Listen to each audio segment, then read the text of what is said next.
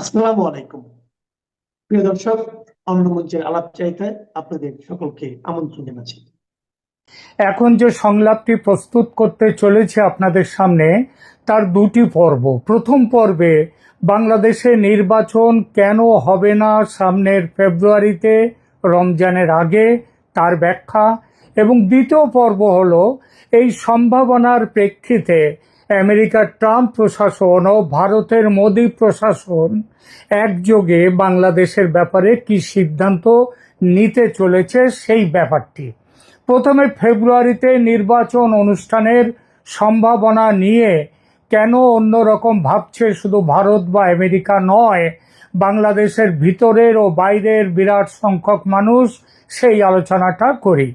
2025 সালের 5 আগস্ট টেলিভিশনে জাতির উদ্দেশ্যে ভাষণে মোহাম্মদ ইউনূস স্পষ্টভাবে বলেছেন, অন্তর্বর্তী সরকারের পক্ষ থেকে আমি প্রধান নির্বাচন কমিশনারকে চিঠি লিখব ফেব্রুয়ারি 2026-এ রমজানের আগে জাতীয় নির্বাচন আয়োজন করার অনুরোধ জানিয়ে। এরপর 2025 সালের 27-28 আগস্ট নির্বাচন কমিশনের সিনিয়র সচিব আক্তার আহমেদ আনুষ্ঠানিকভাবে নির্বাচনের রোড ম্যাপ ঘোষণা করেছেন, যেখানে বলা হয়েছে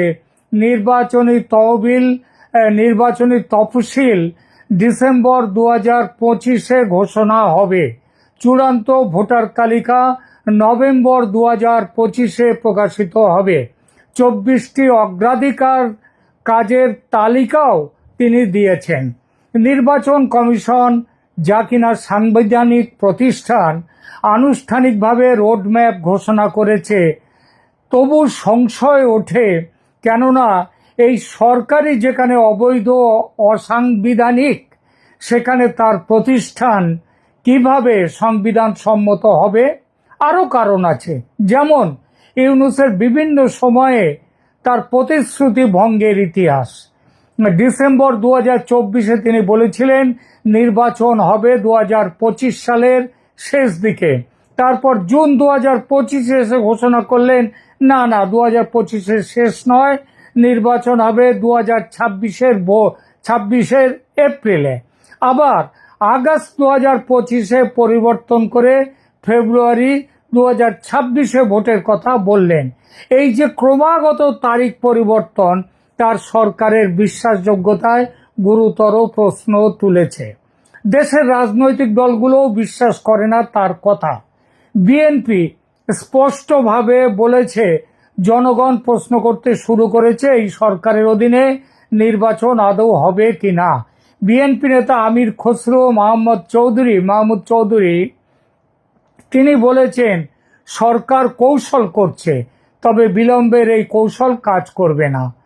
এছাড়া সংস্কারের নামে ক্ষমতা আঁকড়ে রাখার একটা অভিযোগও ইউনূসের বিরুদ্ধে।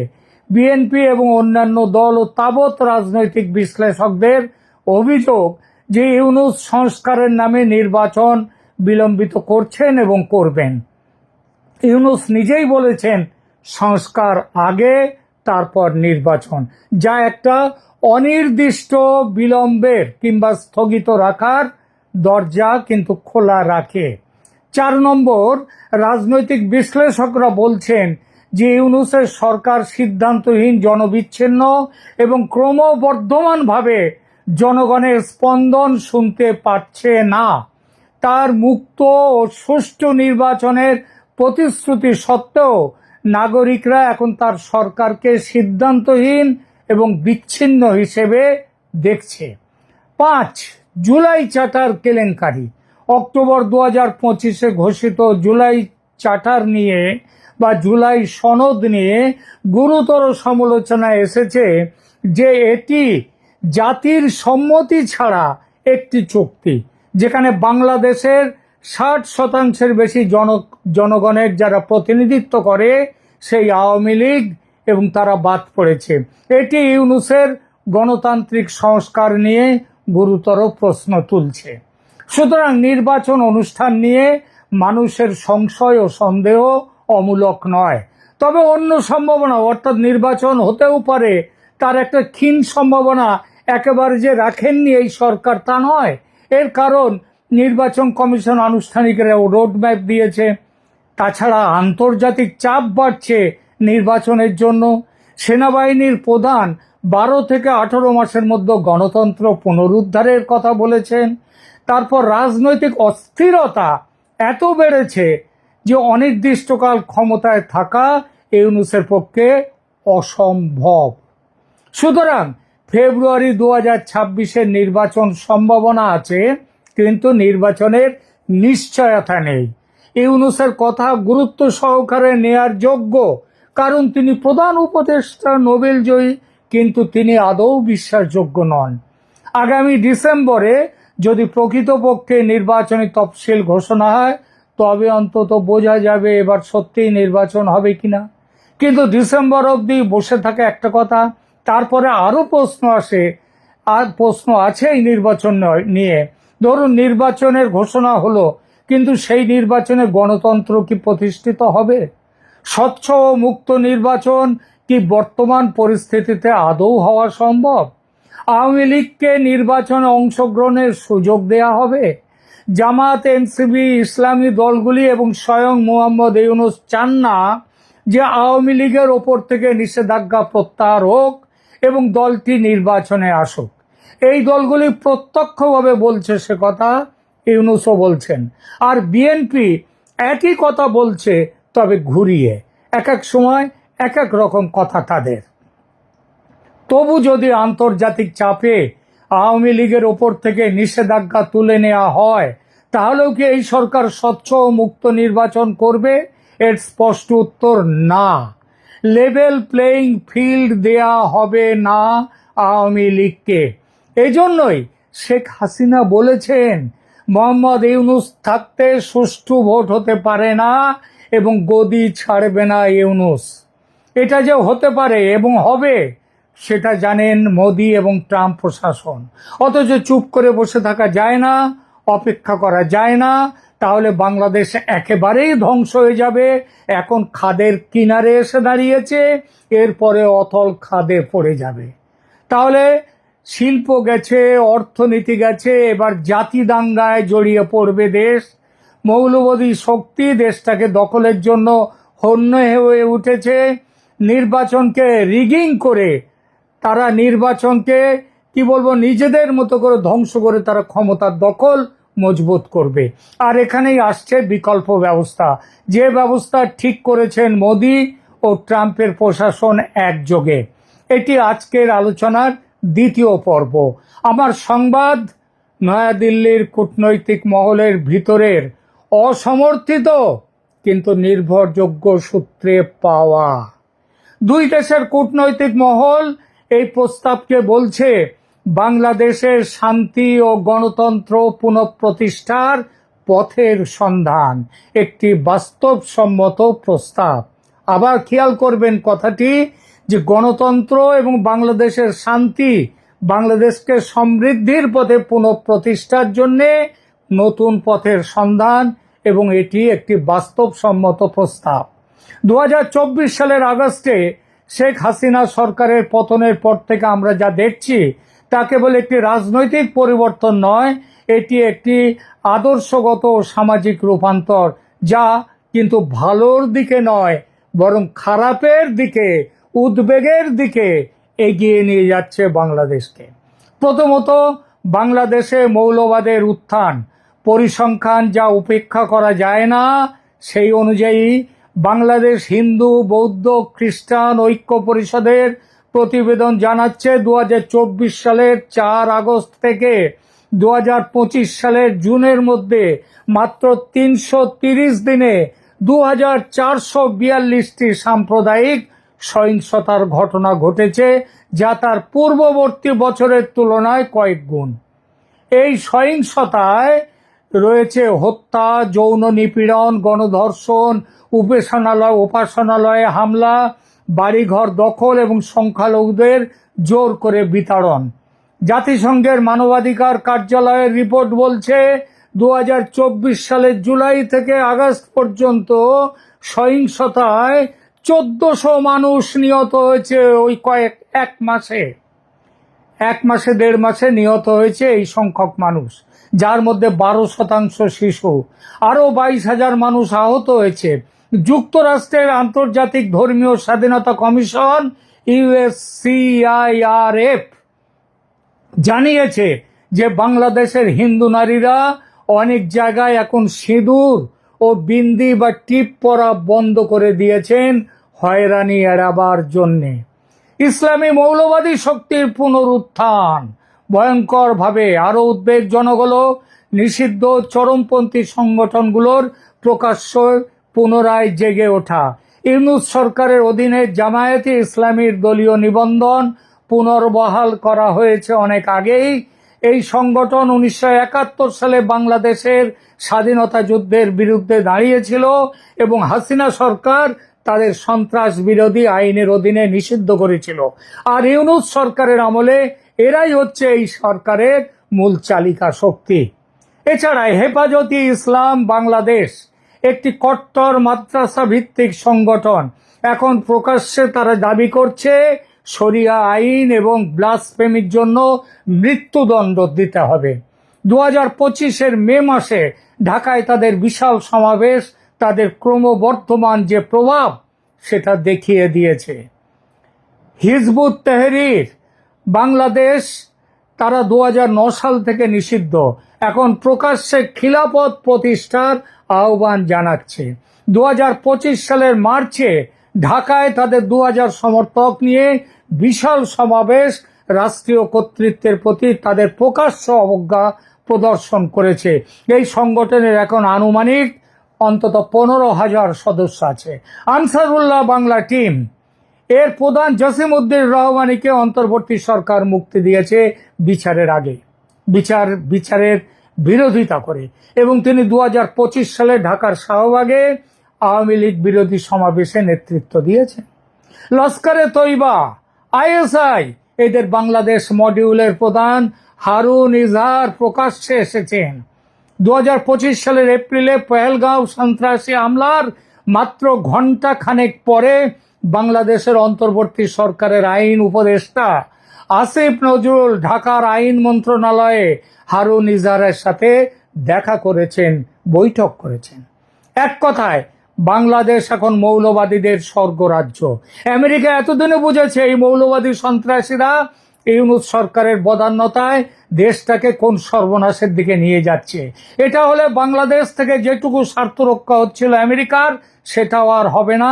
ধ্বংস হবে এই অঞ্চলের যে আঞ্চলিক নিরাপত্তা, সেইটা। দেশটা আর এক আফগানিস্তান হয়ে যাবে। আমেরিকা এতদিন ভাবছিল নির্বাচনের মাধ্যমে সমস্যা মিটবে, এখন দেখছে নির্বাচন অনিশ্চিত। নানান টালবাহানায় নির্বাচন এড়িয়ে যেতে চাইছে সরকার।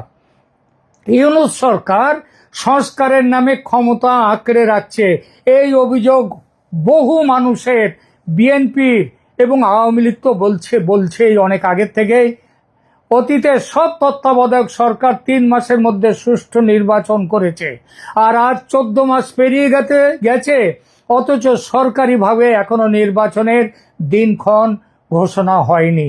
রাজনৈতিক বিশ্লেষকরা সতর্ক করছেন যে এই বিলম্ব বাংলাদেশকে রাজনৈতিক অস্থিরতা এবং সম্ভাব্য সহিংসতার দিকে ঠেলে দিচ্ছে। বিএনপি নেতা সালাউদ্দিন আহমেদ সতর্ক করেছেন যে ফেব্রুয়ারির সময়সীমা মিস করা জাতীয় এবং আঞ্চলিক নিরাপত্তার জন্য গুরুতর পরিণতি ডেকে আনতে পারে। ভারতের উদ্বেগ নিছক কল্পনা নয়, বাস্তব হুমকি। ভারতের উত্তর পূর্বাঞ্চলের 7টি রাজ্য বাংলাদেশের সাথে দীর্ঘ সীমান্ত শেয়ার করে। বাংলাদেশে চরমপন্থী ইসলামী শক্তির উত্থান কেবল তার সংখ্যালঘুদের জন্যই নয়, পুরো অঞ্চলের জন্য, দক্ষিণ এশিয়ার জন্য একটা নিরাপত্তা হুমকি। 2025 সালের ফেব্রুয়ারিতে হোয়াইট হাউসে মোদি ট্রাম্প বৈঠকে ভারতীয় প্রধানমন্ত্রী বাংলাদেশের সাম্প্রতিক ঘটনাবলী নিয়ে তার উদ্বেগ জানিয়েছেন। ভারতের পররাষ্ট্র সচিব বলেছেন প্রধানমন্ত্রী তার মতামত এবং প্রকৃতপক্ষে বাংলাদেশের সাম্প্রতিক উন্নয়ন সম্পর্কে তার উদ্বেগের কথা রাষ্ট্রপতি ট্রাম্পের সাথে শেয়ার করেছেন। জেনেভা UN মানবাধিকার কাউন্সিলে বাংলাদেশের রাজনৈতিক কর্মী ব্যারিস্টার নিঝুম মজুমদার সতর্ক করেছেন বাংলাদেশে যা ঘটছে তা ভারতের বিরুদ্ধে একটি প্রক্সি যুদ্ধ। টার্গেট হলো ভারত এবং যুদ্ধক্ষেত্র হলো বাংলাদেশ। আমরা এটা মানি যে শেখ হাসিনা সরকার নিখুঁত ছিল না।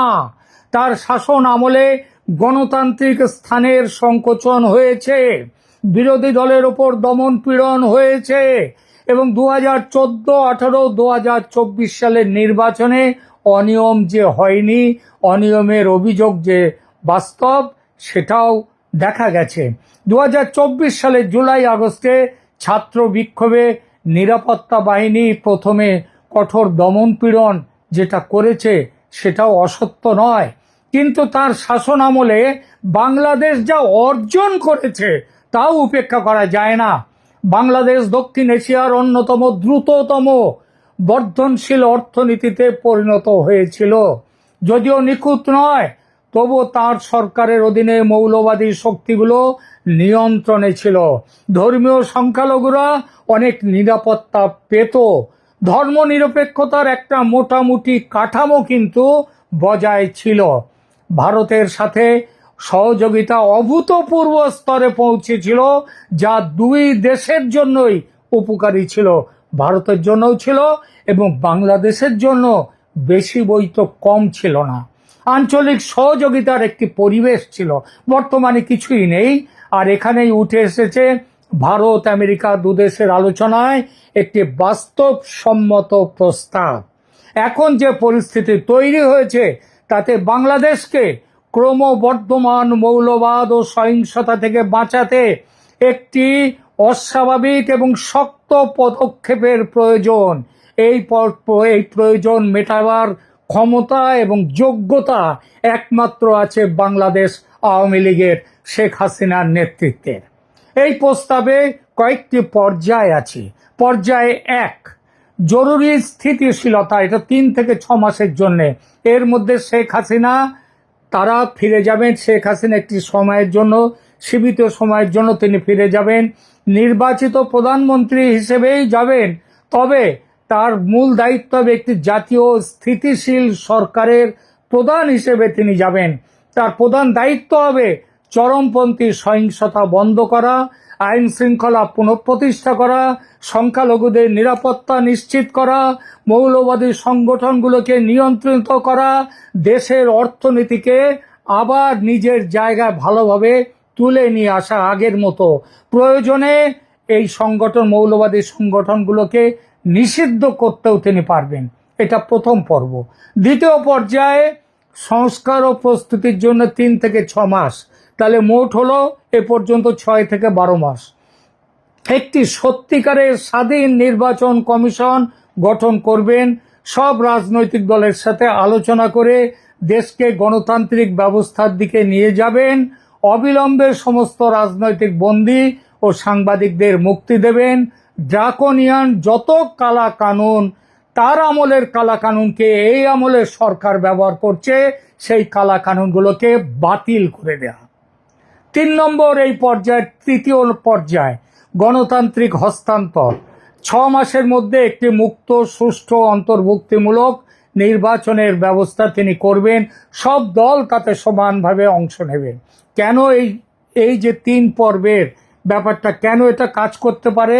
মার্কিন প্রেসিডেন্ট ট্রাম্প স্পষ্টভাবে বলেছেন যে তিনি বাংলাদেশের বিষয়টি প্রধানমন্ত্রী মোদির ওপর ছেড়ে দিয়েছেন।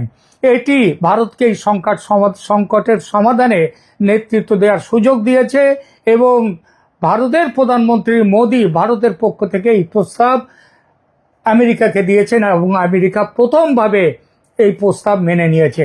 ট্রাম্প নিজে বলেছিলেন 2024 সালে যে তিনি বাংলাদেশের হিন্দু, খ্রিস্টান এবং অন্যান্য সংখ্যালঘুদের বিরুদ্ধে বর্বর সহিংসতার তীব্র নিন্দা করছেন। এই উদ্বেগ এখনো বৈধ এবং এমন একটি পদক্ষেপের জন্য আন্তর্জাতিক সমর্থন পাওয়া যেতে পারে যা এই সহিংসতা বন্ধ করতে পারে। সুতরাং ভারত এবং আমেরিকার যৌথ নেতৃত্বে এই ব্যবস্থা যদি হয়, কেউ প্রশ্নই তুলতে পারে যে কেন এই ব্যবস্থা কি গণতন্ত্রের বিরোধী নয়? এমন প্রশ্ন উঠতে পারে। তার উত্তরে বলার, বর্তমান পরিস্থিতি আরো বেশি গণতন্ত্র বিরোধী। ইউনূস সরকার নির্বাচিত নয়, ক্রমাগত নির্বাচন বিলম্বিত করছে এবং চরমপন্থী শক্তিগুলোকে পুনরায় জেগে ওঠার, বেঁচে ওঠার সুযোগ করে দিচ্ছে, তাদের বাঁচিয়ে তুলছে। একটি সীমিত সময়ের স্থিতিশীল সরকার, যার একমাত্র লক্ষ্য মুক্ত সুষ্ঠু নির্বাচন অনুষ্ঠান, গণতন্ত্র রক্ষার একটি পথ হতে পারে। দ্বিতীয় প্রশ্ন, শেখ হাসিনা যদি ক্ষমতা ছাড়তে রাজি না হন, মানে ক্ষমতায় আসার পর ইউনূসকে সরিয়ে দিয়ে তিনি ক্ষমতায় এলে তারপরে যদি তিনি ছাড়তে রাজি না হন এবং নির্বাচন যদি তিনি এড়িয়ে যান, উত্তর এটি একটি শর্তযুক্ত প্রস্তাব দেওয়া হবে শেখ হাসিনাকে। আন্তর্জাতিক গ্যারান্টি দিতে হবে তাকে যে নির্ধারিত সময়ে তিনি নির্বাচন করবেন এবং তিনি ক্ষমতা হস্তান্তরিত করবেন নির্বাচিত দলকে। সে দল যদি তার দল হয় তাতেও আপত্তি নেই, সে দল বিএনপি হলে তাকে দেবেন, সে দল জামাত হলে তাকে দেবেন। তার নিজের রাজনৈতিক উত্তরাধিকারের জন্য একজন স্থিতিশীল, তিনি শুধু অন্যায় করে যাননি, স্বৈর শাসক নন, তিনি যে একটি দেশকে স্থিতিশীল করেছেন এই ব্যাপারেও ইতিহাসে তার নাম মনে থাকবে। তৃতীয় প্রশ্ন, বাংলাদেশের জনগণ কি এটা মেনে নেবে? উত্তর, বাংলাদেশের জনগণ এখন দুটি পরিস্থিতির মধ্যে আছে: ক্রমবর্ধমান মৌলবাদ ও সহিংসতা এবং দেশের পিছিয়ে যাওয়া অর্থনীতিতে এবং প্রচণ্ড দারিদ্র্যের মুখে যাওয়া, আর একটি হচ্ছে সীমিত সময়ের স্থিতিশীল ব্যবস্থা যা সত্যিকারের গণতান্ত্রিক নির্বাচনের পথ প্রশস্ত করবে। যদি স্পষ্ট রোডম্যাপ থাকে এবং আন্তর্জাতিক তদারকি থাকে, সেটা থাকবেই, তাহলে বাংলাদেশের মানুষ সেটা সমর্থন করবে। কারণ বাংলাদেশের একটা বড় সংখ্যার মানুষ এখন বলছে হাসিনার আমলে, এর আগের আমলেই ভালো ছিলাম। এইবার শেষ করি। বাংলাদেশ একটি সন্ধিক্ষণে দাঁড়িয়ে আছে। একদিকে ইসলামী মৌলবাদ, সাম্প্রদায়িক সহিংসতা এবং আঞ্চলিক অস্থিরতার পথ, অন্যদিকে রয়েছে স্থিতিশীলতা, ধর্মনিরপেক্ষতা এবং সত্যিকারের গণতন্ত্রের সম্ভাবনার পথ। ইতিহাস আমাদের শিখিয়েছে যে কখনো কখনো অস্বাভাবিক পরিস্থিতিতে অস্বাভাবিক সমাধানের প্রয়োজন হয়। দ্বিতীয় বিশ্বযুদ্ধের পর জার্মানি এবং জাপানে, দক্ষিণ আফ্রিকায় বর্ণবাদের পর এবং অন্যান্য অনেক দেশে ক্রান্তিকালীন ব্যবস্থা গণতন্ত্র পুনঃপ্রতিষ্ঠায় সাহায্য করেছে। বাংলাদেশের সংকট শুধু বাংলাদেশের নয়, এটা দক্ষিণ এশিয়ার সংকট, এটি গণতন্ত্র বনাম মৌলবাদের সংকট, এবং এই সংকটের সমাধানে ভারত, মার্কিন যুক্তরাষ্ট্র এবং আন্তর্জাতিক সম্প্রদায়ের সক্রিয় ভূমিকা প্রয়োজন। শেখ হাসিনার ফিরে আসা একটি সীমিত সময়ের জন্য, তারপর তিনি স্পষ্ট নির্বাচনী রোডম্যাপ দেবেন এবং আন্তর্জাতিক তদারকিতে নির্বাচন, এটি হতে পারে বাংলাদেশকে অতল গহ্বর থেকে বাঁচানোর একটি মাত্র পথ। এই পথে চলতে সহমত হয়েছে ভারত ও আমেরিকা। আশা করা যায় শীঘ্রই বাস্তবায়ন হবে এই পথের, অর্থাৎ হাসিনা ফিরে আসবেন বাংলাদেশে, খুব শীঘ্রই ক্ষমতা গ্রহণ করবেন ইউনূসকে হটিয়ে। আপাতত এটুকুই, ধন্যবাদ।